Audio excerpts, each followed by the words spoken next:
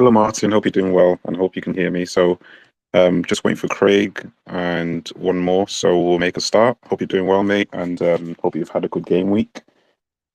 Yeah, we've got Craig and we've got the man on pod panel, so let's accept them as speakers. Hopefully it works. There we go. Nice one. How are you doing? Um, how are you doing, mate? I think it's only me who can speak right now, isn't it? I've just invited Craig as well, so hopefully he accepts and speaks as well. So I've just accepted Martin as well. So Hi yeah, there guys. we go. Hi, how are you doing? Yeah, good. I'm good, mate. Thank you so much for joining us today. It will just be an hour, not too long, because I don't want to take too much of your time. So, Cool. um, can you start by kind of introducing yourselves and kind of like your FPL history, so we can learn more about you? Yeah, I'll go first then. So it's Martin speaking. So um, yeah, so I joined the pod. Was it beginning of last season? Kind of joined it on the back of Champman FPL. So I mean, before that, I was a fairly casual fantasy player, really.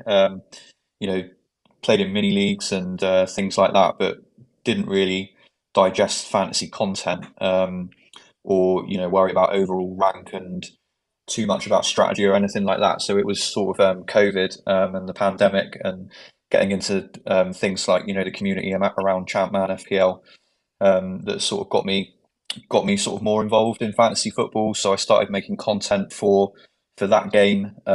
Did a couple of guest appearances on the Man on Pod when it was just Darren and Thomas, and then yeah, off the back of that, they asked me to join sort of full time. So in that respect, I never pretend to be a kind of expert that's got years and years and years of great finishes because it's not really the case. As I say, it was lockdown that sort of really got me into fantasy football seriously, and these guys asked me to be on the pod, so I was happy to do it because I love talking football basically. Nice. And what's your FPL history? How long have you been playing FPL for? Oh, I've been playing it a long time. You know, how far back does it go? Yeah, I've played it for probably as long as that really. But as I say, it's only in recent years that I've sort of taken it, properly seriously, if you like. Say before that, it was always just like mini leagues and didn't think too much about strategy or anything like that. So it's only the last couple of years I've been into that side of it. But yeah, I've played it, right from the beginning, really. Did you play it back when it was on the newspaper? Not quite that early, no. I've always played it on No. the Yeah, website, but that would be me. I did. Nice. Because I was talking to Dan Bennett, and he's been playing it since 2006, and I've been playing it since 2017, so I'm quite new to the game. But yeah, I remember when it was just, FF Scout doing most of the FPL content, but now it's kind of branched out to more people now. So yeah, so cheers. I'll move on to you, Darren. How you doing? Yeah, very well, thank you, mate. Yourself? Yeah, I'm not too bad. I'm not too bad. I'm still, recovering from my scars from Captain Chilwell, but I'm fine now. Okay, don't worry about it. Yeah. Yeah, just introduce yourself and like your history and that kind of jazz. Yeah, so as you just alluded to, I've been playing fantasy football since the beginning of fantasy football, basically when it was in the papers and you had to phone up and put codes in for players to pick your team. I was in fact underage, so I had to get my mum to do it because you had to be still 16 or 18 or whatever. So I've been playing for a long, long time, multiple formats, and it took a long, long time for me to ever think about starting a podcast. And I kind of did it off the back of Planet FPL, Champman, and they did a 24-hour stream. And I just decided to get into podcasting, and it was just going to be me. And then I managed to get Thomas approached me and wanted to be involved, so I brought Thomas along. And then, as Martin just said, off the back of Martin and sort of Craig's podcast they did, or I should say YouTube things they did for Chatman. Me and Thomas thought they had really good potential and would be great additions to increase the podcast to a 4. So I approached them, and then obviously happy they said yes. So we've been going yeah, as Mike said, 2 seasons now. And yeah, got some decent stuff lined up for next as well. So yeah, that's kind of me. I started the podcast, and then now we've grown to 4, and yeah, I've been playing a long time. Nice. And do you feel like when you play multiple types of fantasy, um, what do you call it, games, do you think that helps your strategy, kind of transferring it to different? So, like, you know how Martin was saying he plays Champman. Do you think that kind of helps with FPL as well, and maybe FPL Bundesliga, El Tisserand and that kind of stuff? Do you think that kind of transfers to playing FPL? Because I also play UCL Fantasy and I play the FPL World Cup. I think there was a game for that, and there was a Euro as well. So that kind of I don't know, it kind of helps, playing multiple fantasy games. So do you think that's the same for you, or you just play each game like differently, kind of thing? I mean, so I certainly wouldn't recommend playing multiple formats at once. I did it last season, and I had like 6 or 7 different types on the go, and it's just too much. It's overwhelming. But does it help picking teams and other fantasy games, having played so long and playing like religiously FPL? Then yes, it kind of does, because you know sort of what stats to look out for. You kind of know the rules and stuff like that. So it kind of does help, but I wouldn't honestly recommend playing multiple formats. I cut down a lot this year to sort of 3 or 4, and next year will be the same kind of 3, I think, unless of course Champman comes back, and that's just a given that I'm playing that. Nice. So how are you approaching the season? Because for me personally, with the breaks and the Queen dying and all these things, it kind of has made the season an abnormal season. So I've just kind of had more fun with it. And earlier today, I did a thread about 10 risks I've taken in FPL, like going for captain Darwin, captain Chilwell, going for Wilson in game week 1, triple captain Haaland in game week 2. So how have you approached this season? Because this season has been quite a difficult one, hasn't it? Yeah, it's a good question. It's been certainly an up and down season. I've been as high as kind of high 1 millions, and currently I'm now at about 400k. So I've had a steady climb recently to 400k. I've got no chips left whatsoever. As the guys will tell you, I'm not somebody who tends to hold on to chips. I tend to, unfortunately, blow them very early, and normally not to good effect. So I don't know why, I just get carried away and excited. I haven't really approached this season of FPL much differently to the past. I've probably been more engaged because of the podcast. And there's obviously a little competition between the 4 of us to do the best we can. I kind of want to be the best out of the 4 of us. So that always helps. But I haven't gone too maverick on captains this year. I mean, I made a maverick choice recently in taking Mbuemo over Tony. That's not paid off whatsoever. So that's the only kind of terrible move made. Whereas past seasons, I have been very gung ho and just picked kind of all differentials here and there to try and do something special. It's never worked, so I don't know why I carried on doing it. But yeah, I haven't approached this season too much differently. Nice, because I think for managers or content creators that they say on their bio they've had X amount of top 10k finishes. There's a pressure on them to kind of play a certain way, and they have to be very safe with their captaincy. And then, that's why I think it was last week when so many content creators had 105 or 104 points. Because they're kind of playing kind of similar and kind of yeah, that was making the same choices. Yeah. So, yeah, that was that was the worst screenshot I've ever seen in my life.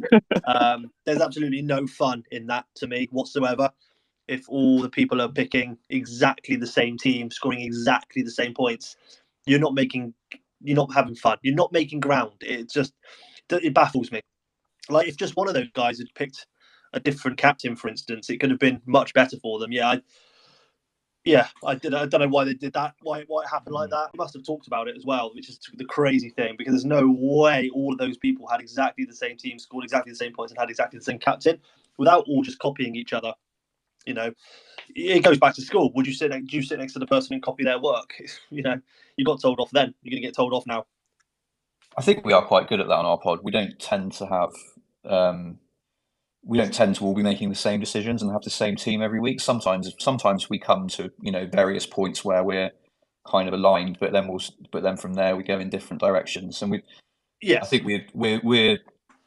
I think we do always tend to say, or I do anyway, personally, the advice I give on the pod isn't necessarily what I'm going to do with my own team. Because, sometimes I will take risks and I know that it's risky. And, I will say, I'm not necessarily advising anybody else should do this, but I think I'm going to do this, for whatever reason. So I think I think we're quite good at, trying to throw different ideas out there and, just explaining, when one is riskier than another, or, if we are going to do something a bit different, why we're doing it. Is it because, you know, we just want to have fun with it, or whatever it might be. So I think as a pod, we're quite good at putting across different ideas and going in different directions sometimes. Yeah, we absolutely come to every podcast with ideas of topics to speak about, and it's always, these are the differential players. Don't follow us. Their ideas. Some of us, will have some players. Martin will have some. I'll have some. Craig will have different ones, and that's, I think, the beauty of us. We don't copy each other. We come to the table with different ideas. I'll sit on the pod and go, "Hey guys, I'm thinking of doing this over this. What do you guys think?" And sometimes they'll say, "Don't do that," and I won't. And sometimes they say, "Don't do that," and I still carry on because I think, my heart takes over. And I think that's the beauty. As I said, I mentioned Planet FPL twice now, but they always say, play your own way, and it's 100% true. If you're not playing your own way, you're copying people. You're going into content creators' Twitter feed, finding their team and seeing what they've done. Where's the fun in that? It baffles me. So yeah, we're not that podcast, and we certainly will say, this is what we plan to do, but by all means, don't follow us. Simple as that. Yeah, I'm the same as well. That's why I'm kind of playing my own game. And looking back at my season, I can, hand on heart say that no one has done the exact same I've done. I mean, when I think about people who've triple captain Haaland in game week 2, I don't really find there's much people that made the same decisions as me, or Captain Chilwell or Captain Rashford when everyone captain Haaland. These things. I think it kind of makes FPL more fun, in my opinion, because when when majority of captain a certain player and you've captained someone else, it kind of gives you something to look forward to. Like, for example, I remember when Haaland played on Saturday, he played against Forest away, I think, and then Rashford played against, I forgot the team he played, but it was on a Sunday. So I was the only one. I was in the minority of people who captained Rashford, and yeah, that was a really good, day for me. And I remember when Andy Martin triple captain KDB on that day as well. So that's what it's all about, isn't it? We all remember when Andy Martin triple captained KDB. He doesn't ever let us not forget about it. But fair play to him. I mean, if you're scoring that type of points on a triple captain, I'd be shouting from the hills as well. Every right to. Yeah, absolutely. Craig, just want to bring you in, mate. How are you doing? And I know I speak to you quite a lot, don't I? So, how are you doing? And kind of, can you share your background in FPL and how your season is going so far? Yeah, I think this is the longest I've ever gone on a piece of man on content without actually saying anything. I'm quite impressed with myself for sitting quietly for about 15 minutes. But I've been playing FPL since 2007. Got into it sort of as I was finishing university with a couple of friends. We kind of got into it and started to play quite seriously as a group. Didn't really absorb any content or anything then, but we was say knowledgeable about football. We took in a lot of football between the group. So I think it was that adjustment from who are good footballers between is very different to who are good maybe FPL assets, and I think that maybe took a couple more years to grasp. I've been playing quite seriously with content as well, probably about 7-8 years at least. A bit like Darren, my fantasy football days go back to the mid-90s in the newspapers when we was getting Frank Leboeuf in our team from Chelsea because he took penalties. He was a defender that took penalties, which is obviously quite a big thing if we had that in FPL now, if we had Frank Leboeuf and Ian Hart and people like that. So I used to play in the papers when I was probably about 11 back then, and then say FPL for about 15 years now. Pretty good rank overall. Most seasons I'm probably top 100k. I've had a fair few top 50k. Pretty good. I don't tend to have too many absolute shockers in terms of rank. Possibly 1, 2 in my lifetime over like 1 million or something. I'm pretty steady for quite good ranks. But I do tend to play differently. I would say quite a lot of seasons. I think you kind of work out what the staple of a good season is, and then you try and tweak things sort of around that to try and improve or just do something a bit differently. So this year I've used all my chips very differently to everyone else. I free hit in the blank game week the other week, game week 25, whatever it was when no one else did. I bench boosted the week everyone triple captain. I got like 22 points off my bench boost with Botman with a home game, Dunk with a home game, and it was Leeds at a double. I had Nonto with a double. So I bench boosted then. So at the moment, I'm left with a triple captain left when everyone's got free hit and bench boost. So I play chips very differently to everyone else, but I think I've learned sort of what makes a steady FPL season, now what players to go for, what risks to take when you can start take a little liberty and do something a bit different. And say it's just fine tuning sort of what you do around that now. I think to maybe get a little bit of luck go for you, because I think that's what it comes down to. If you're doing most things right, then it comes down to luck. And some seasons get more of it than others. This year, I'm probably kind of in the middle somewhere. I've had a few bits of luck. I had Saka captain this week, for example, which was not necessarily lucky because I think he was a good captain pick, but obviously whether he deserved the swing of points he got over weeks debatable. So I was a bit lucky in that sense. And other weeks I've made decisions that look quite good and it's all gone wrong. So I'd say this is a fairly good season. I'm about 50k I think ranked right now. So yeah, we'll see what happens over the last we're on 10, 12 weeks with barely any chips left, but it's been a good season. I was going to ask you as well, Craig, before I move on to Martin and go through how like your teams right now and your plans for 29. Well, we've got some international games coming up, so there might be injuries and stuff. But a quick question for you, Craig. Do you think that, so from what I'm seeing from content creators and broadcasting channels like Sky Sports and BT, they talk like the level of knowledge you have to have as an average FPL, like maybe a committed FPL player or manager, is kind of a lot compared to before. Now we're talking about passing maps, we're talking about heat maps and all these non-pen XG and all these stats. Do you think that the future of FPL and how it's kind of submerged with football, do you think that increases your football knowledge, or do you think FPL is just separate to football, and just because football knowledge doesn't translate into FPL kind of thing? I think you can play FPL without football knowledge. I'm sure there's content creators that ever watched a game of football in their life, but are very good around data, or very good at analysing data, inspecting data, and can make decisions based on that. And they probably don't really watch football in the same way that fans of football watch it. Also, I'm guessing there's other managers that I think now you have to try and find an edge. I try and use data to a point, and I'd say this year I use data a lot less than maybe what I've used it in the past. I listen to other pods and spaces and things, and people reel off chunks of data, and it's all well and good how many shots in the box has had over 6 weeks, and that stuff is important to a point. I've tried this year to watch more football, and I've tried this year to watch more football in a different way. This is the most I've ever been engaged in terms of eye test. I do try very hard to work through like a tactical lens now. And I think that's the next, I won't call it edge you can have, but I think it's a way where it's a sign of a view of the game that very few will have. So if you can master something that's unique to you or unique to a small minority of managers, I think you're onto something. Where data now is so mainstream, in the past it was not many had it, and it was only your own paywalls and subscription services and things. So you still felt like you had it in a fairly niche group. I think now data is so widely available to so many people, even if it's not the really deep data, you can get stuff off FBref and places like that can give you enough. So I think that sort of advantage has now gone. Yeah, I think there's still ways you can maybe gain advantages from it if you look into it in a deep enough sense. But I think now to remain good at FPL, it's juggling that with other forms of advantage. And I say for me, I'm very much watching football this year in a tactical way and trying to use learnings from that to enforce decisions. And so I think it's working quite well on the whole. Anyone listens to the pod regularly will know that I've taken a massive dislike to Tottenham this year, not because it's Tottenham, but I've just known from the start of the season I don't like the way they play football under Antonio Conte. I don't think it's a great way to play football to win games and to score goals, defensive, they don't press, things like that. And that's really put me off, like punting on Tottenham players. It took me a long time to get Harry Kane. I only really got him in the end because I had Darwin who got injured and there was literally no one else to go to.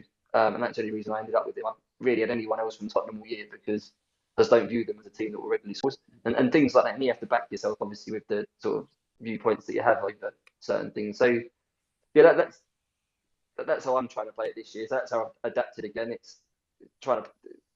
The game can get a bit boring, a bit stale if you play it for this many seasons in the same way, especially if you do listen to loads of content and just do exactly as they tell you. So you do have to play it your own way, like Darren said. You have to try and find ways to sort of grow yourself in the game and to play differently. And that's what I've tried to do this year.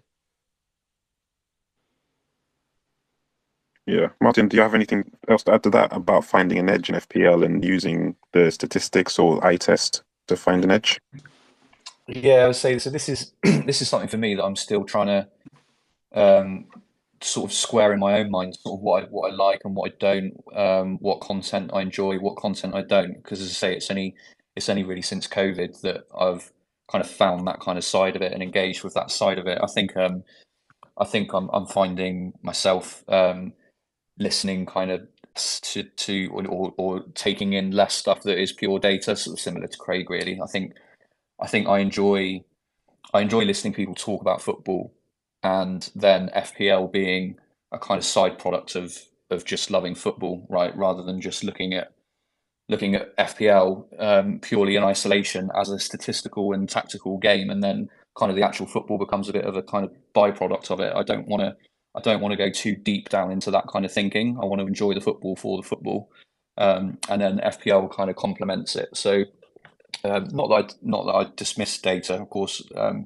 I don't, and I still take in an amount of data.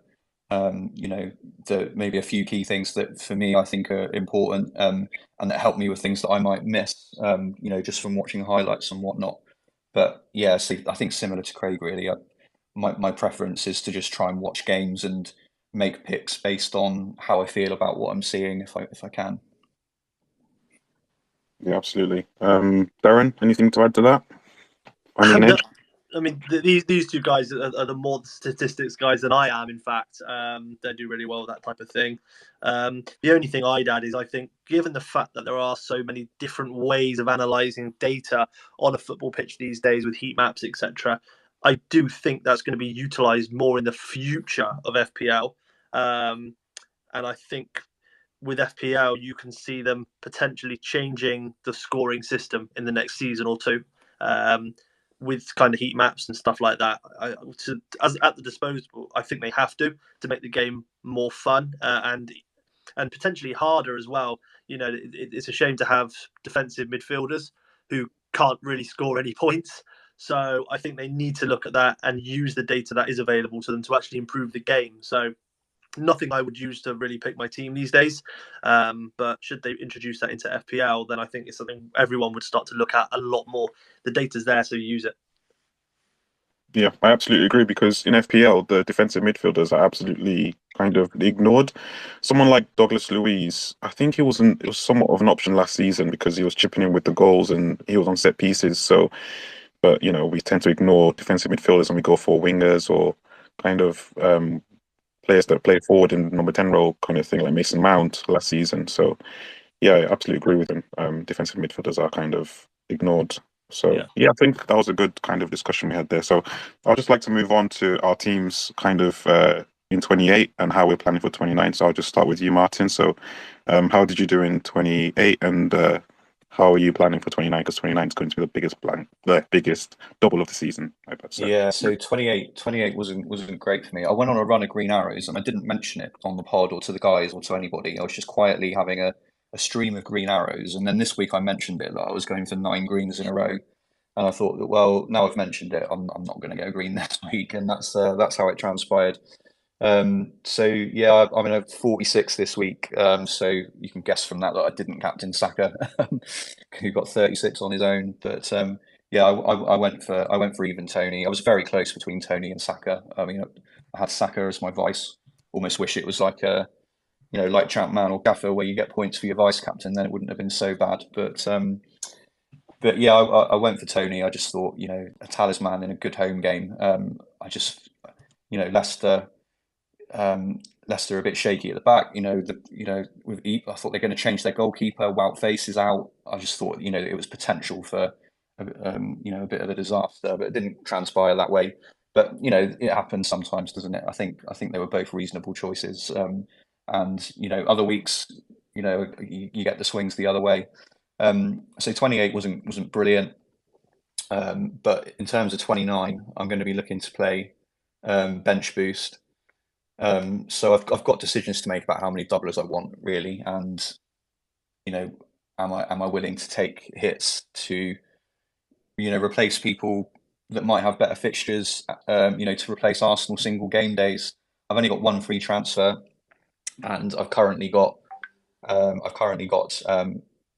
just 3 players with a single. So I've got Odegaard, Saka, and Kane with a single game week. So obviously you could argue that it's not worth moving those on even for a doubler, because they've got perfectly good singles. So that's what I'm wrestling with, really. I think I'm probably going to do Odegaard to Maddison is my thinking at the moment, and then just keep Saka and Kane with their singles and then everyone else has got a double. But like I say, it's difficult. Like I've got like Botman and Henry, for example. Now you could argue that it's worth a hit to do Botman to Shaw because Shaw's got a bigger upside with his 2 home games. So that's the kind of decisions I need to make. But I think I'm definitely set that I'm going to keep Saka at least from Arsenal, and then I'll get rid of Odegaard. So a bit of a halfway house on the Arsenal guys. I'm going to keep Saka, I think, because I'm just looking at their fixtures going forward, and I think once you sell your Arsenal, like especially if you're free hitting in game week 32, I'm not sure when you're buying them back. Really, you're possibly not. So I think it's for the Arsenal guys. It's more than just about this week. If you're selling them, I'm not sure when you're getting them back really. And do I really want to go without Saka for the whole of the rest of the season? I'm not sure that I do. So yes, it's similar to a lot of other people really. I'll do my one free transfer to do Odegaard to Maddison for that upside of the double. And I love James Maddison anyway. The guys will tell you I don't need much of an excuse to bring in Maddison. And then it's that decision really. I think it's Botman to Shaw is the one potentially, or Henry to Shaw. Like how confident am I that Shaw is going to make up, the -4 and be a better pick? I feel like it probably is the right thing to do, but it just feels weird taking a hit to take a double game week player out. But if the other player's got a double game week, then is it any worse than like a normal -4 when the 2 players have got singles? It isn't really, is it? So. Yeah, I'm in this kind of a similar position, but I've got Nacho as one of my forwards, so Yeah. I've got to I've got to keep him now. Okay. So my forward line is Nacho, Havertz, and Watkins, which is a very interesting forward line, isn't it? So before we move on to Darren, what's your captaincy choice for 29? For me, it's Rashford or it's Maddison. For me, what's yours? Yeah. I think I think the Brighton guys are, Brentford at home and Bournemouth away. I think the Brentford guys are viable as well. I think I'd go. I've got Matoma and McAllister, so I'm not sure I'd give it to McAllister just in case he spends too many minutes playing deep for whatever reason. But I think Matoma is a shout as well. But yeah, Rashford stands out for me. I think he'll be, effective ownership. I assume Rashford will be the biggest, most captained. And yeah, I can't really argue with that, to be honest. Yeah, that's fair. Darren, how about you? How's your team looking for 29 and how did you do in 28 and your captaincy for 29? Are you playing the bench boost, Darren, or you have you used all your chips? Oh, I think he's still on mute. He won't have a bench boost. He's used all his chips, so he's not on bench boost. Oh, okay, fair enough. So yeah, Craig, how's your team looking for 29 and how did your team do in 28? I got 62 in 28. I had Saka captain, so yeah, that was the difference really. So yeah, good game week. I think I jumped about 30k last week. On to this week, so I haven't got a bench boost. So decisions for me, I've got Gabriel, Saka, and Odegaard. I am going to hold all 3 of them. I think I've learned my lesson. One of the lessons I've been learning this year is to not take out good players from good teams at the expense of average players from average teams. And when I free hit the week I did, Liverpool did really well. I got caught up trying to get Wolves and Everton players in for the double they had. The week I free hit between them, they didn't really do anything. The week just gone, I think there's enough evidence of the recent double, and we all benched Arsenal players in a week. Brentford and Brighton had doubles. I had Gabriel sat on the bench. I had Odegaard sat on the bench. All got good hauls. Good players from good teams are that way for a reason. And I think we are guilty sometimes of looking at the team just playing twice and thinking I'm going to get loads of those players in. So the fact I haven't got a bench boost helps me somewhat because I will probably. I don't even know if I'm going to bench all the Arsenal players yet. I've got some decisions. I may even have Ivan Toney on the bench as well because I'm probably going to have to bench one of Toney or Kane. Now, Toney's got a double, Kane hasn't. Toney could get a yellow in the first game and miss the second one. Toney plays for a worse team. As much as I don't rate Tottenham, I think Tottenham are better than Brentford right now. I think Brentford's attacking numbers have been a bit off for a few weeks, which is the main reason I didn't captain Toney against Leicester like Martin did, because I just didn't trust Brentford's attacking data for the last couple of weeks. I had the eye test of watching them versus Southampton when they obviously scored 2 goals and didn't play well. And then I backed it up with the data and it wasn't looking great. So I didn't captain him then. And even though they've got a double now, I'm not massively sold on him either. So my likely move, I sold Estupiñán to Chilwell last week, and the plan was to move Rico Henry to get Estupiñán back. So it was quite a little daisy chain of moves that would allow me to get Rico Henry out, who I don't want long term. So as of right now, I'm still likely to do that. De Zerbi's comments in the press weren't amazing about Estupiñán, saying he was basically shit for 45 minutes. That's why he got took off. And then he's obviously going away to play in Australia with Ecuador, and we're not 100% sure how that's going to go yet, although I think he'll be back. So that's still my likely move at the minute, to do Henry to Estupiñán. I'll play, obviously, him. And then decisions around captaincy and bench to captain Matoma, because I don't like the 2 games for Man United either. Away to Newcastle, I don't really see that being a game that suits Man United. I know they just beat them in the League Cup final, but I think the way that game will be played at St James's won't necessarily suit Man United. They'll be looking at transitions and counter-attack to get Rashford chances. I'm not sure how much of that they'll really get. And then Brentford are just a funny team to play against in general. They've numerous times already this season made life difficult for good teams.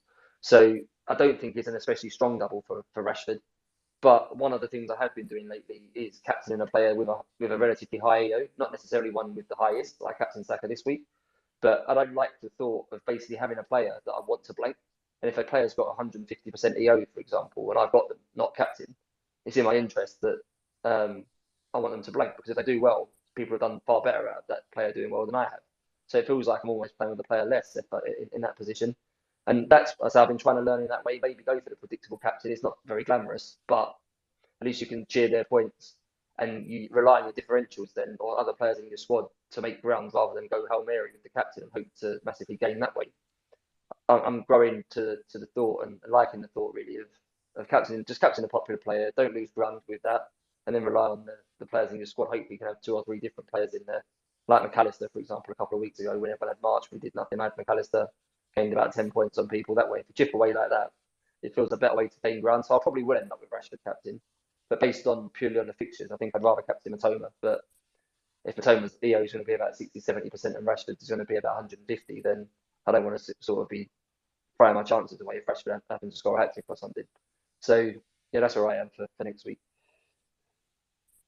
Yeah, I think it's good because Rashford is rested, isn't he? So he's not going on international break. So I think the casuals will mostly captain Rashford, and I think most of the EO will be on Rashford, and then it'll be Mitoma. So I think Mitoma is more of the sword pick, and I think Rashford is more of the kind of It's shield not a kind bad of captain, is he, Rashford? It's just a thought. I compare Man United this season to Arsenal of last season. They've got a good team. They're well on their way to becoming a great team, but they're still just a handful of players short from reaching that point. So at the moment, as we saw with Arsenal last year, they kind of fell away at the end, and random odd bad results throughout the season obviously ultimately cost them 4th in the end.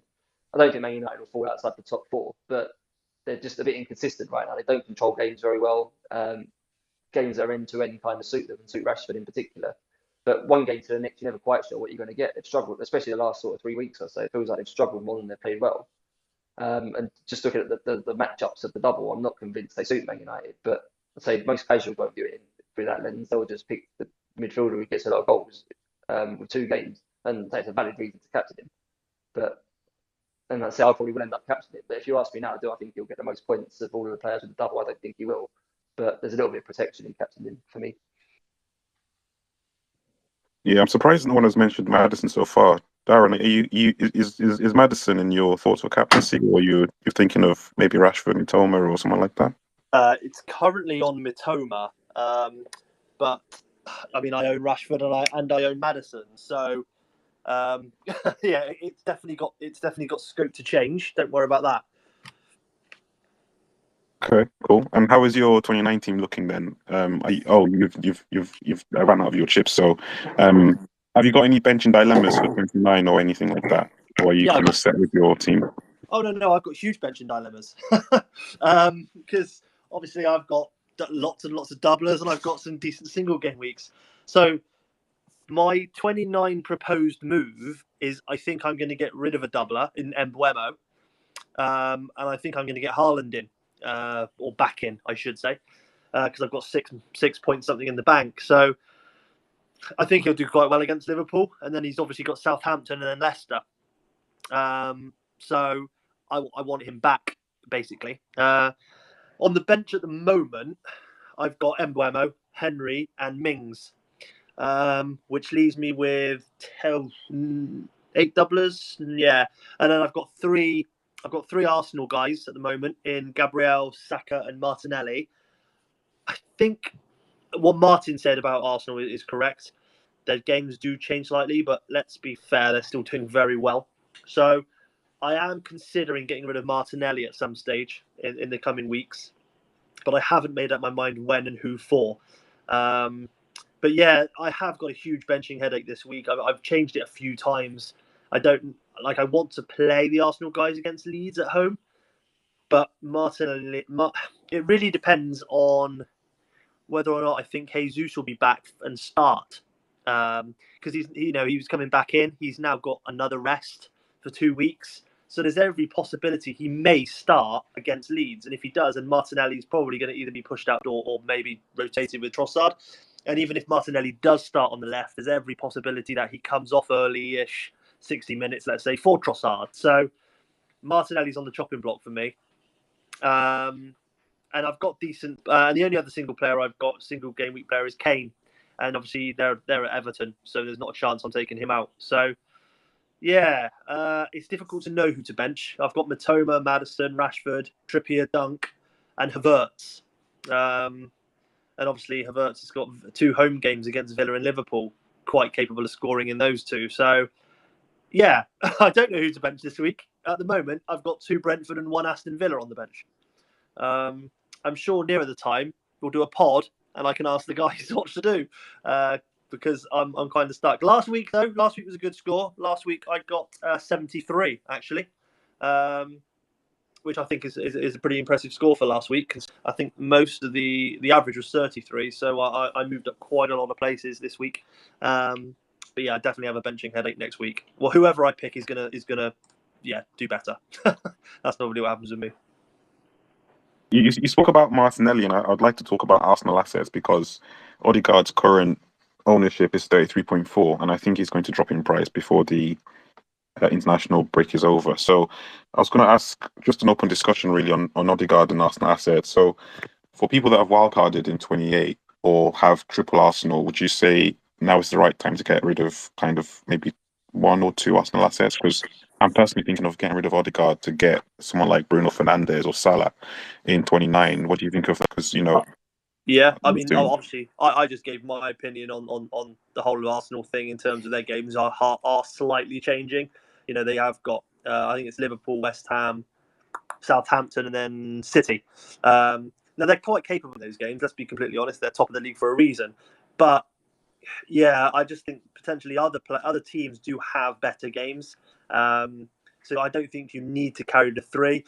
Odegaard, yeah, I think I would move him on. I mean, I'm considering moving on Martinelli, and he's been outscoring Odegaard. So I think you can get away with two and maybe just Saka at the moment, going forward. Especially if you're bringing in someone else like you mentioned, Fernandes isn't going to be a bad shout going forward. They've got some decent games coming up. Obviously, they got the double, and then they've got Everton and Forest. So that's another. I think after this game week, that might be who Martinelli goes to. It might go to a United player, but I haven't made that mind up. But yeah, if I had Odegaard, I'd be getting rid of him and keep. I think Saka's the only one you'd really want to keep, unless you want a defender, and then obviously it's Gabriel at the moment. Yeah, because I sent this stat to Craig, and I saw that in the last 10 Premier League games, Arsenal have scored 24 goals, and Odegaard has only had 3 goal involvements in those games. And since Trossard has been in the picture, it's kind of made Odegaard have less goal involvements to a degree, because Trossard plays well with Martinelli.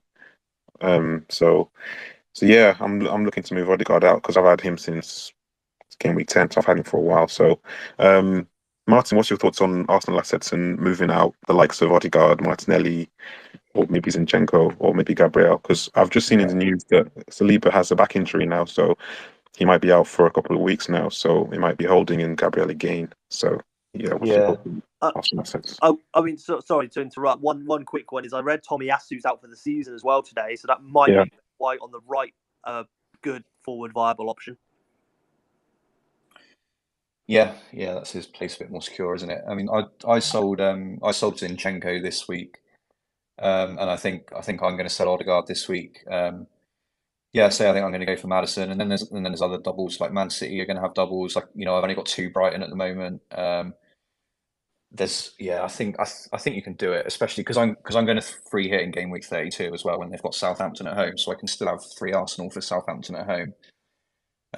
But yeah, like I said earlier, I play around with FPL team, and like I say, like once these Arsenal guys are gone, it is difficult to see what week you bring them back in, because every week you click through, there's something that looks potentially more enticing, whether it's because of a double game week or a better fixture, or a seemingly better fixture, or whatever it might be. Arsenal have got some tough games left, right? They've got Newcastle, City.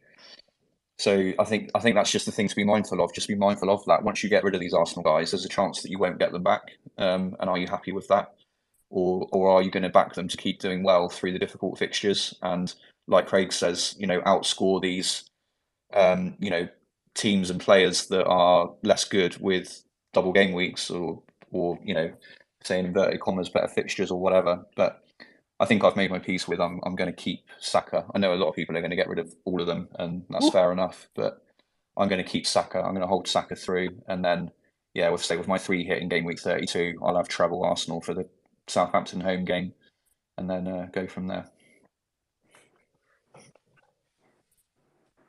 Cool. So how about you, Craig? How do you feel about Arsenal assets moving forward from 29 to 30? Because that Liverpool away game is the one I'm kind of fearing the most. And if Arsenal still have Saliba out when that game comes around and that kind of stuff, it might be a tough game for Arsenal. So I think Saka moving forward is a good viable option. What do you think? Or do you think it's worth having 2 Arsenal moving forward, maybe? I think if I had a defender right now, I think that's perfectly fine to sell them. That Arsenal were in a bit of a state that Man City were in for most of the first half of the season, where XGC wise the numbers were really good, but they kept finding a way to let a goal in.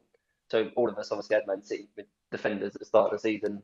Very rarely got clean sheets off them. Maybe had a little bit of rotation issues as well, but it was more frustration than anything good came out of it. And Arsenal defence lately has been very similar. I know Gabriel got a monster haul against Fulham. But aside from that, they keep seeming to find a way to concede a goal. And so the fixtures on paper at least aren't great moving forward. So I think if I had a defender, I think that's a perfectly viable sell. And certainly for this double, I think there's probably a double defender you can punt on, probably a Man United one, especially for those with a free hit in 32 left. I think defender to Luke Shaw this week makes a lot of sense. Or even moving to a Liverpool in preparation for their upcoming good fixtures. If you want Trent or Robertson from 31 onwards, you could maybe punt them in this double and carry them through a week, and then they're in place for 31. So I don't hate that. Midfield, I would keep them. I say that they're the best team in the league. They're scoring goals. Odegaard's frustrating. I own him right now, and no one's been more frustrated than me about how little he's done. But over the course of the season, I think he still only scored 4 points less than Martinelli. He still only scored about 15 points less than Saka. It's not a great deal. And Arsenal players do have little streaks of form where they return and then have a few blanks. Like even Saka before this week, I don't think he'd been involved in about 7 or 8 goals. And then obviously he's been delivered during the week that's just gone with a monster score for captainers. So I think you just have to sort of take your medicine with Arsenal. There'll be times when they won't do anything, and there'll be times they'll do really well.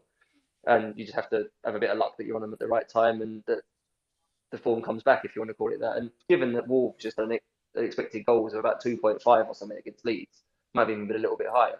You'd like to think Wolves can't attack against anyone. They might chief cheerleader about how bad Wolves are going forward. And if they've had that expected goals against Leeds, what are Arsenal going to do? So I'm not an advocate of selling good players from good teams in hope of punting on a doubler. Could Bruno Fernandes do well in the double? Of course he could, but I've said before, I don't particularly like the double for Man United. Could Maddison do well? Yes, but Leicester are very unreliable right now. You're going to take a punt on either of those two just to sell an Arsenal player against one of the worst teams in the league? It's not for me. I don't sell an Arsenal attacker. I'd rather keep both of them. If you've got any two, maybe Trossard is probably the most at risk with Jesus coming back in the short term. But I wouldn't sell attackers for this game week. No, defender, yes, would be my take. We've got 5 spots in midfield, so that one is going to go to Rashford, the second one Saka, so we've got 3 left. So most managers will have Mitoma and March, and then that's 1 spot left for Maddison. So do you think that it's good to jump on double Brighton midfield kind of early, because Brighton have the most doubles left, to go into the future game week. So do you think that having McTen or March, having two Brighton midfielders is the way to go, just having one of each, just one Brighton midfielder, and then having Estupinian is the way to go? Or would you say it's just triple Brighton all the way? Not for me. Like after this double, they've got obviously Tottenham, Chelsea, and Man City, which isn't great games. I know they're doing very well, but I don't fancy those three games for Brighton. I think they'll be competitive, but for some reason I can see them being quite a stalemate. So I certainly wouldn't be using two midfield slots of Brighton, and I don't fancy any sort of clean sheets there. I mean, Estupiñán if you're looking for maybe attacking returns, yeah, but obviously I'm carrying Dunk in the double, but he's definitely going to be moved, I think, to potentially like Shaw or somebody in not next week, the week after, after the second game after the international break.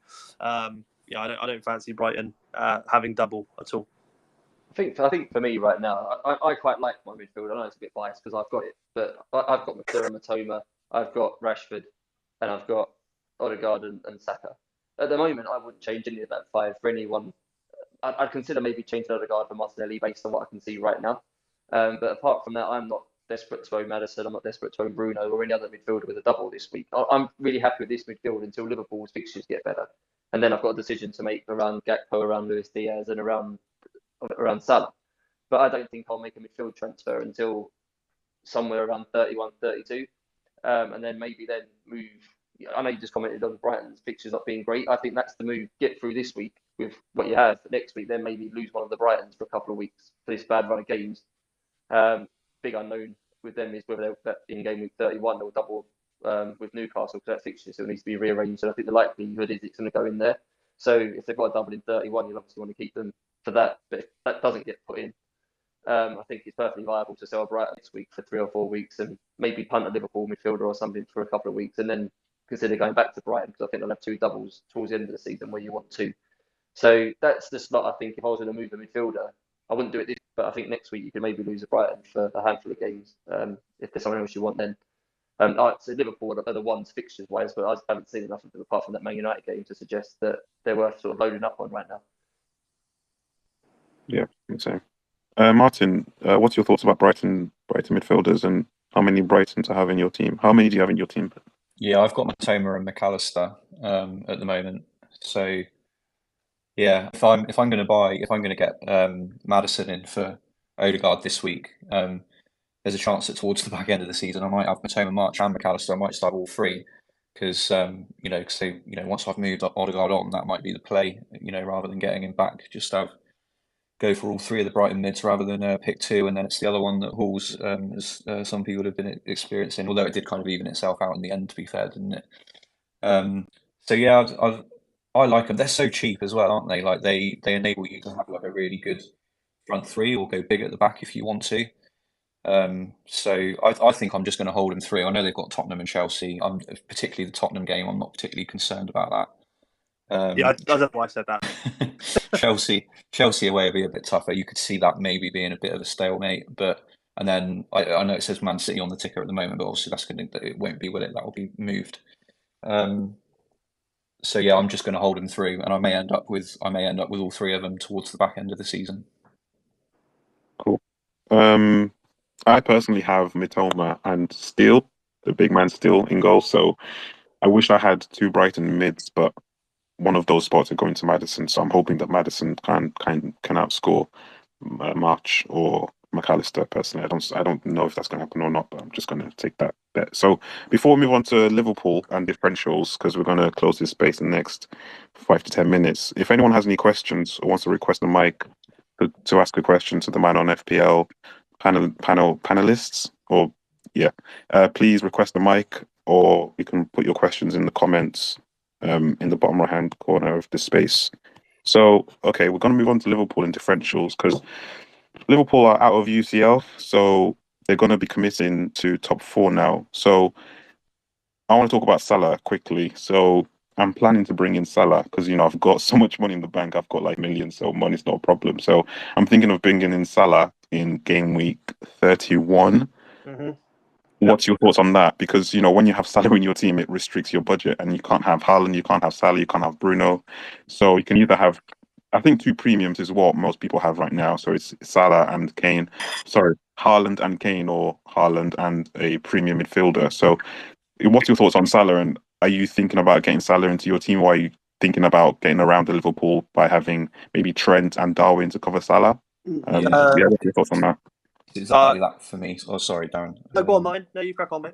Yeah, so that kind of links to what I was saying about holding my Brighton mids through, because they're such good value. I think, again, playing around with FPL team, there are future weeks where, if I did have the three Brighton midfielders, for example, then it is very doable to have, Trent and Darwin, and still have Haaland, and Rashford and all that kind of thing. So I think that's where I'm going with it. I think if you have Salah, it's obviously more difficult then to have a second one, because of his price, and I'm just not really convinced it's worth it when there are so many good options in midfield. Like, there are more options in midfield than there are up front, for example, especially when we get into the double game weeks at the back end of the season. So I think I won't be going with Salah, but I can see me having Trent and Darwin, towards the back end. Yeah, I'm slightly different. I think I'm not getting Salah in for 31, but I'm thinking of 32 instead. That's when Liverpool are at home to Forest, and I've got Kane. So Kane will be coming out along with somebody else. I think I'll save 2 transfers for that and take Kane and someone else out and put in potentially Salah. I might look at Gakpo, or potentially even Nunez and someone else. I'll have a look at how Liverpool are playing at that time. I've held Trent and Robbo for quite a while this year, and I think more often than not, I think mine did the same. More often than not, we were pretty disappointed in the way they return points. So yeah, I think 32 for me is the one. I would do it in 31, but Kane's got Bournemouth, and I just kind of fancy that. So over Liverpool are away to Leeds that week, so I prefer Kane for that game. But yeah, I'll be bringing Salah in, or Gakpo, potentially in 32. I've got money to do so, and I've got Kane and someone else to make way for it. Yeah, I'll jump in. How about you, Yeah, Craig? so I think from game week 33 onwards, I think that the sort of the standard back three for most people. I'll get it in now before I think creators copy me down the line. I think in game week 3, I think most people end up with a Shaw, Trippier, Estupiñán back three, and I think that would be perfectly fine for the duration of the season. I think there's a couple of doubles in there for those teams. So if you have a Liverpool defender as well, they've also got good games, not as many doubles as the other three I've just mentioned. So you give yourself a defensive headache there by having 4 good defenders when you probably want to play 3 at the back. So if that's to bear in mind with a Liverpool defender, that do you want them over one of the other 3? Now, you may want them with the extra attacking capabilities. I think for me right now, I'm just going to see what formation they play. That they played sort of I suppose you call it a 4-2-4 or something against Real Madrid in that second leg, where they tried to get 4 attackers on the pitch together. I wouldn't be surprised if that's their sort of stock formation going forward now. And they play Gakpo as a false 9, they play Jota as a 10, play Salah off the right, and they play one of Darwin or Luis Diaz off the left. So that may change things. I want to see if they give it 3 or 4 weeks to see if that's what happens. Like, Jota's got to come back into the team properly and things like that.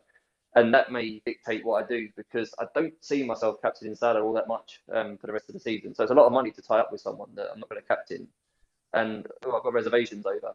So like Darren said, I've got Kane, and I'm perfectly happy to sell Kane to facilitate Salah with 2 moves, 32 or something. That's an option for me. But I think right now I'm probably looking at Gakpo playing the old sort of Firmino role that he played for Liverpool for numerous years as a false 9. I think he's been groomed to replace Firmino in that role. So I think Jota will play as a 10. I think he's an option, but do you want a striker in FPL who not actually playing centre forward? People have issues around doing that. Salah's expensive, and then I think that the headache is whether Darwin or whether Luis Diaz play regularly off the left. So too many unknowns, a bit like what Arsenal are getting into. You've got 4 or 5 attacking players. You're not quite sure, apart from Saka, who's going to start in what position. And I think Liverpool could end up being a bit like that, which could be annoying if you end up picking one they don't play for the plum game you play in. Salah is safe for that purpose, but I think it's a lot of money for someone you're not captaining, if I'm being honest. So I think Gakpo's top of my list right now, probably for sort of 31, 32 time. Yeah, I might be looking to go around that route. But the thing with Salah is, if you get him in your team, he has to be your captain. You can't have Salah in your team, not captain him. So I think for me, I'm just gonna wait and see how Gakpo and Firmino and all these guys kind of play together, and then I'll make my decision when I bring in Salah. So I'm going to maybe roll in 29, and then in 30, I'll kind of reassess and probably bring Salah in. So quickly, before you guys go, we've got Primo and Sharik. So, Primo, I'll start with you. Is there anything you want to ask or any points you want to make before I move on to Sharik? Yeah, what's up, like IBK?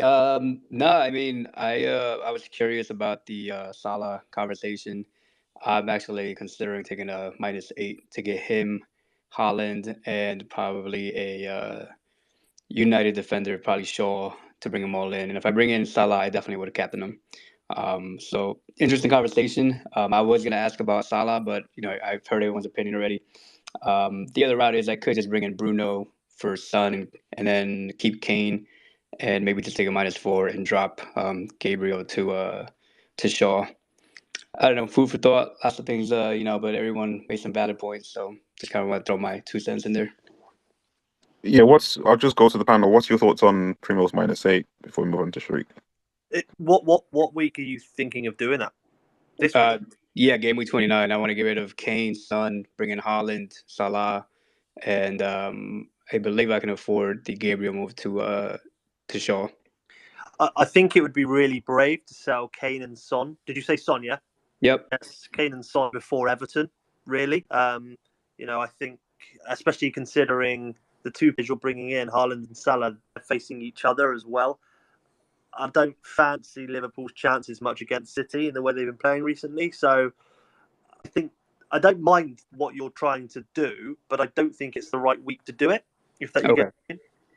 Yep. I am bench boosting, so I should mention Oh, that. okay. That again, that might add something to it.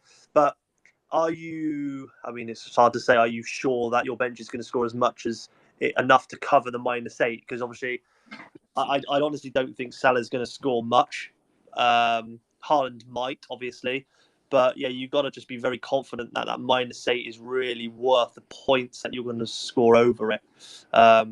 What you don't want to do is potentially bring in let's say you bring in Haaland and Salah and someone else for a -8, and that game just ends up 0-0. They've got 2 points each. You're -4 points down, and you can definitely see Kane and Son doing some damage against Everton. You would kick yourself for that. Fair enough. I mean, I guess I could also roll.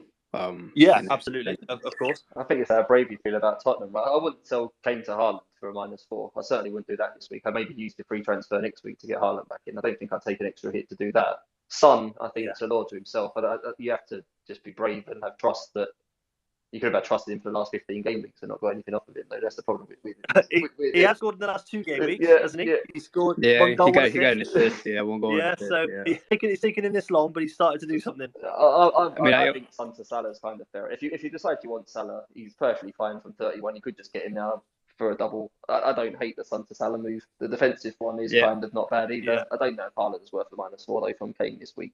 Personally. Not this week. I'd potentially do that next week when they've got Forest. So I was looking at just doing Son to Salah. Unfortunately, I would have to definitely remove Gabriel and drop him down to like a 4.0 defender. That would allow me to keep Kane. But then I was looking at 4.0 options, and there really isn't much out there. Nothing. Yeah, there's nothing. Yeah. So I could just do Son to Bruno, or I could just roll. Son to Bruno, I don't hate, considering they have got a double. I think that'd be fine. But personally, if I was in your position, I'd be rolling. Okay, fair enough. I appreciate that. It's okay. All right, let's move on to Sharik now. Sharik, have you got any points to make or any questions or anything you want to mention? No such questions as such, bro. But I want to show off that your king IBK is I have just shared the dude is the #1 manager of the US in the month of March. So that's where I'm at. That's where I'm at. So Primo, my brother from New York, I think this requires a party tonight. No, anyways, IBK. Coming to the seriousness, I do have a bit of thinking to do for this game week because I'm using a bench boost as well, and the couple of decisions which I need to make are 3, and I have to see where I go with it.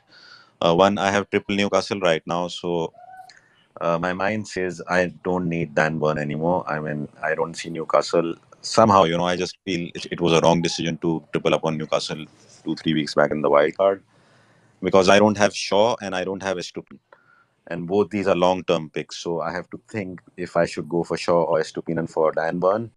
If I should go, and if I'm going, then for who is the first one? First question. Second is Saka to Bruno, whether I should go with that move. And the third one is I just don't like Tony, man, for the double. I don't know why, and I'm thinking of a ultra differential.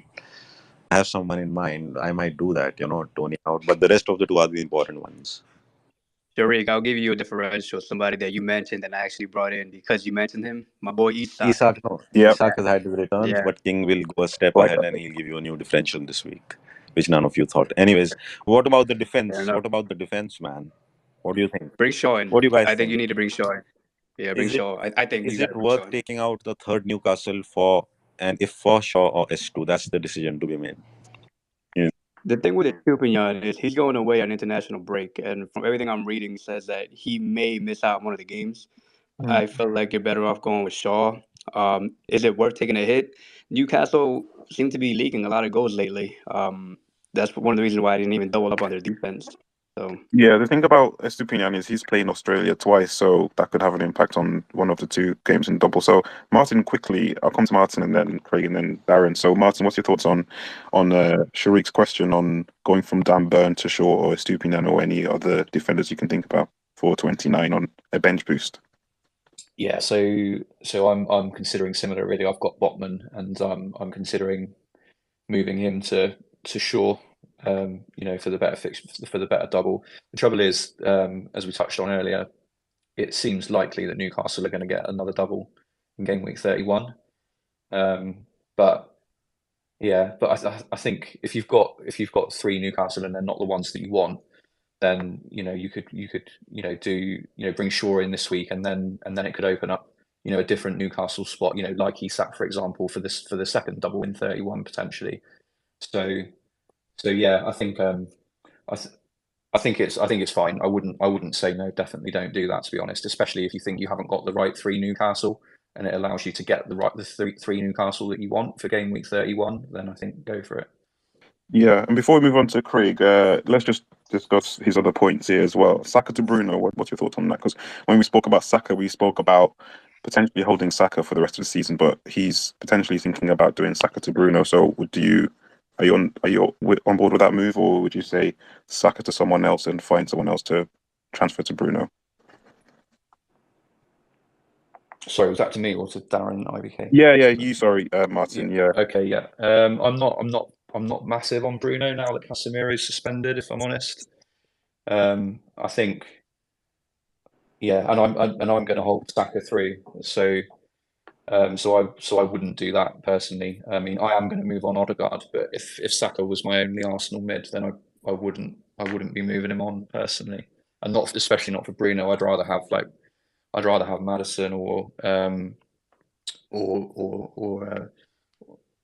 it was Maddison probably. I'm not keen on Bruno with Casemiro out. That's my take. Okay, cool.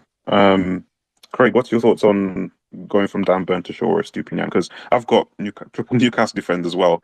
And as soon as that goal, because in my group chat, I was counting the minutes until the Newcastle clean sheet is locked.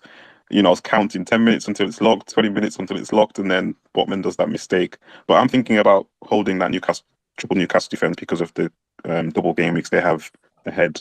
And I think out of those two double game weeks, there has to be one clean sheet, and one clean sheet is all you need, to get a lot. So, yeah, what's your thoughts about doing Dan Burn to Shaw Estupinian for I think the good 29, thing about Craig? Newcastle, especially the centre backs, or Burn, I'm going to call him the centre back, even though he plays left back.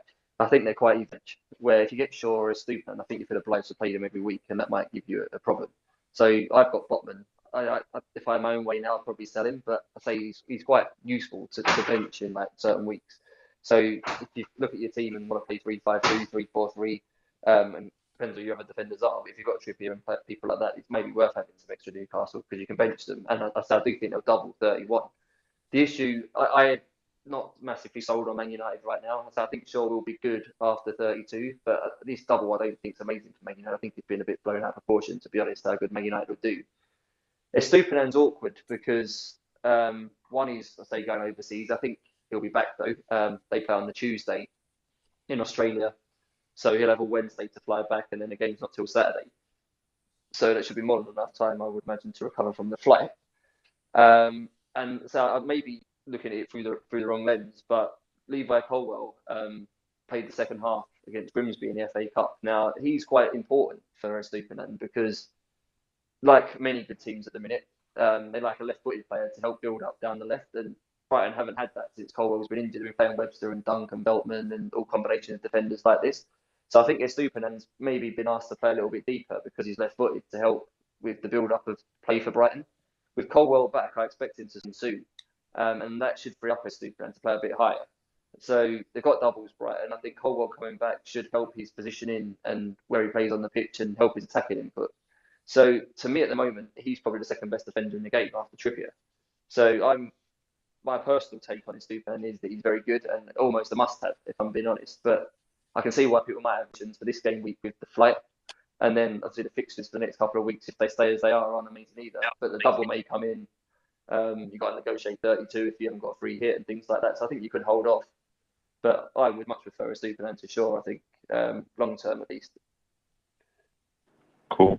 Darren, what's your thoughts on Tony replacements on kind of strikers who can fill in for Tony? Because I've got Iheanacho and I've got zero expectations for Iheanacho going into the what's your thoughts for replacements for Ivan Tony?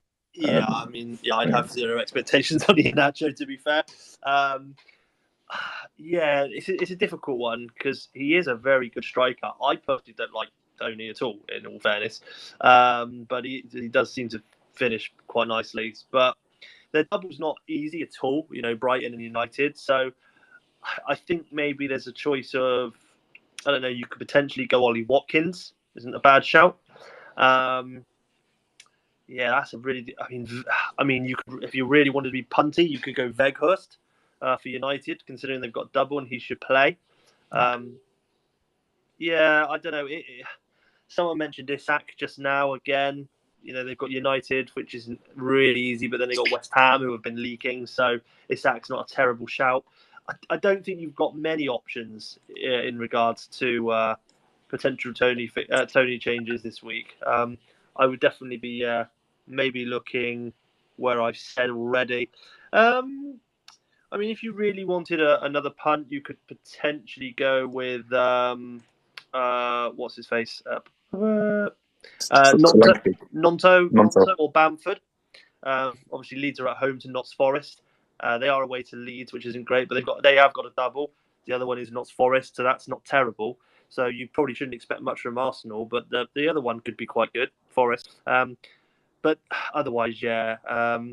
The only other one I'll shout is potentially Havertz. Obviously, Chelsea have got two home doubles, Villa and Liverpool. So maybe Havertz or Felix. That's kind. I mean, there's quite a few to go for. We've gone from there's not many to about 10 options there. Yeah, well, I mean, I was shouting. I mean, some of them were kind of random. I'm not going to lie, to be completely honest with you. But I mean, yeah, is it worth it? Is the question. Like, do we think that Tony will score against Brighton? I'm going to keep him personally. I think, I know he gets a lot of yellow cards, but he doesn't get booked like every game. Obviously, how far away is he from suspension? Is it one more yellow? It's one more. So if he gets the yellow against Brighton, he's then suspended for United. Yeah. But I wouldn't be holding him then. He's West Ham at the punt, aren't they? Southampton, there's one game with a double. If you think Danny Ings is going to start both the games, I think Southampton have shown against Tottenham and that much they gave up against Brentford. They're leaky, yeah. They're leaky. So there's the punt. West Ham have got two home games in a double. Fulham away the week after isn't horrendous either. No. And then you move them on. So if it's a really short-term thing, you punt West Ham. I'm waiting for Sharik to say he's going to punt Carlos Vinicius or something because Mitrovic is banned. Because Fulham have got Bournemouth. I know it's a single, but it is Bournemouth. And then please don't. Then go on to play West. They've got actually a decent amount of games for them. If they had a double this week, I think a lot more people might think about one of their players. But I don't think even Sharik wild enough to get Vinicius. I don't think. Craig, I know I am wild and it works for me, and it sometimes not doesn't work for me. But nah, not Carlos Vinicius, man. No, not good. I'm thinking, I don't know. IBK Nacho is a good punt man for this game week. Yeah, I How think so as well. Nacho Hmm. you have to keep Nacho, man, Mm. What because about he's taking the chances. I'm to be honest, I'm looking at Bamford. My pick would be Bamford if I'm going for the punt. Mm. But Nacho is there, and Isak was always there. But I just feel, he started. He's already hauled twice. Mm. Is he a person who will keep on hauling for 4 5 games? Have we seen it from him? Do we think he will? I don't know. Johnson Yeah. was my first choice when these doubles came out, but now Nottingham Forest just look not right, man. Though it's 2 home games for Solanke and 1 for Johnson. Mm. There are choices, because the best part of 29 forwards is go with anyone you feel like. No other forward seems to be hurting you because Haaland has a single game week. Mm. So it's not a. I wouldn't even call it a. All these choices: Havertz, Felix, or Watkins. All these are Tony. I see everyone coming in the same category. There's no one who I'm really scared of. So I think this is a good week where you could play around with your forward if you want to.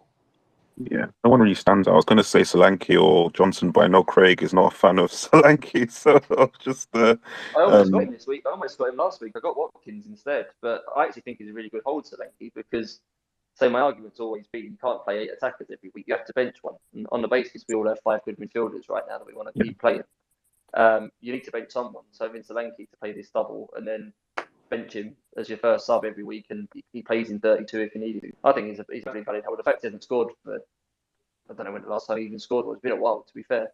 But I say he serves a purpose in the double. He serves a purpose in 32, and he serves a purpose as a permanent first sub for every game week around it. So I don't hate that move. So I wouldn't trust him to score many goals, but he's a makes your benching dilemmas a lot easier by having him.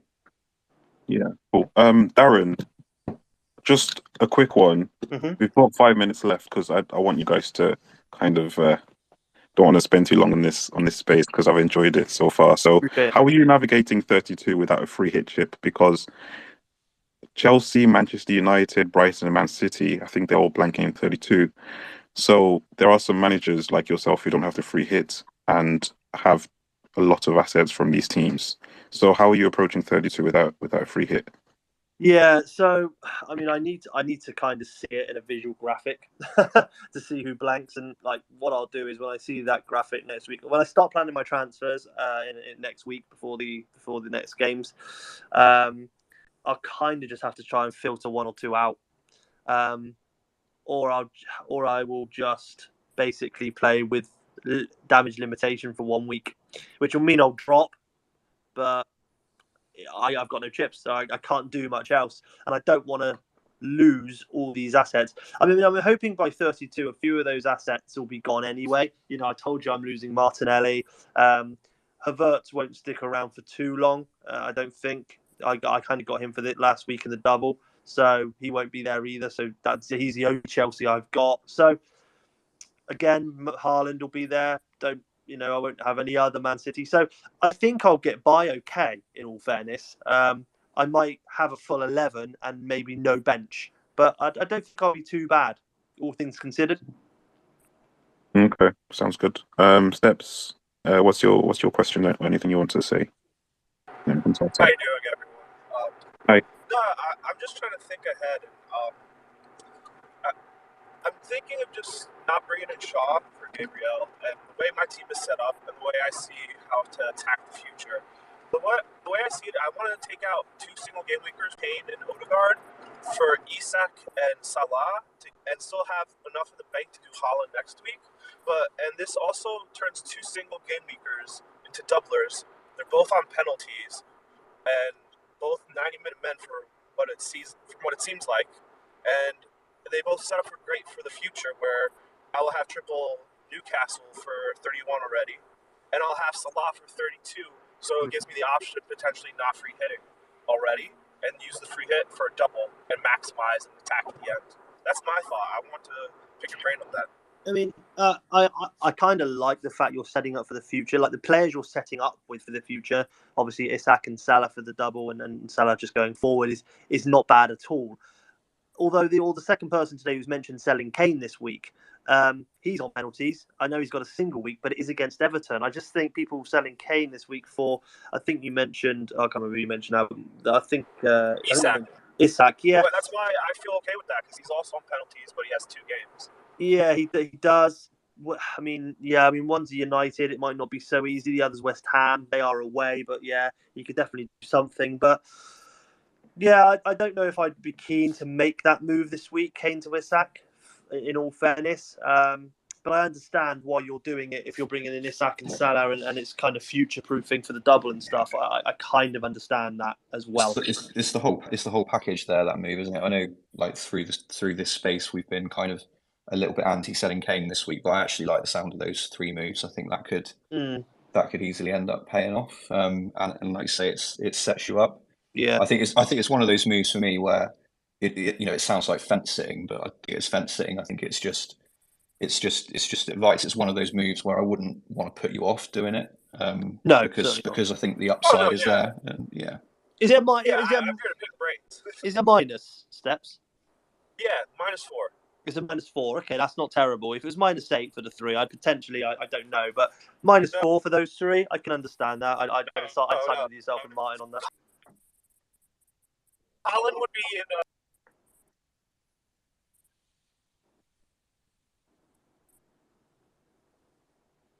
I think we've lost steps there. We have lost steps. I can't hear him. Yeah. So quickly, Attar, do you want to ask a question and then win the space there? So, guys, my voice is clear, right? Yes, that's fine. Okay, I'm planning to sell one of Saka and Madison for Bruno Fernandes in game week 29. So I want to know your opinions about that, knowing that I plan for the future to take Saka out and bring Martinelli and Trossard from Arsenal. So what's your opinion about this move? I don't hate it. Again, Saka is at home to Leeds and he's pretty much guaranteed to play, and he's been returning a lot. So it's a brave move, but I can understand Maddison's got a double and 2 decent enough doubles, so I can understand why you'd make that move. And then obviously you want to get Martinelli and Trossard in after. I don't hate that either, in all fairness. They are the cheaper of the 2. Yes. So, I mean, I don't hate it. I hate it. That's fine. I mean, that's why we're all different. Crazy. Yeah. I can't see how you'd sell the best attacking player for the best team in the league who takes penalties right now. I know they've got a single game week, but we're getting carried away. Bruno Fernandes is not even the best attacking player for Man United, and he costs about 2 million more. It's all because they've got a double. I say we can all have different opinions on how good the double is for Man United. I've said a couple of times I don't personally like it, but others may disagree, and that's fine. If you want Bruno Fernandes, then you get the extra game. It's a punt, isn't it? But it's part of it because of the double game week. I am now on 13 players for double game week 29. I'm planning to bench post, so I want to make them 14 players by selling one of Saka and probably Madison. But if I sold Madison, they will be still 13 players. I want to maximize the number of double game week players. That's why I'm selling Saka. This is the good thing about bench boosts. So I personally, my personal view on it is that people get way too carried away with players having 2 games and not who the players are or what the fixtures are. It's just they need players with 2 games. And let's say people will play it like that and it may work out. I would rather have who I think are the better players. And at the moment, I'm struggling to find any midfielder. I think I'd rather run in the game over Saka, even though he's only got 1 game. And I say, looking beyond that, you're going to want him back. I don't see you don't have him for the rest of the season. He's going to play every minute of every game now because the league's all last got left to play for. To me, I don't think you sell Saka. It's not a good idea to sell Saka. I don't think so. Others may disagree on it, but I don't think so. All right. All right, and that's it, guys. Thank you so much for joining me today, Darren, Craig, Martin. Really appreciate your time.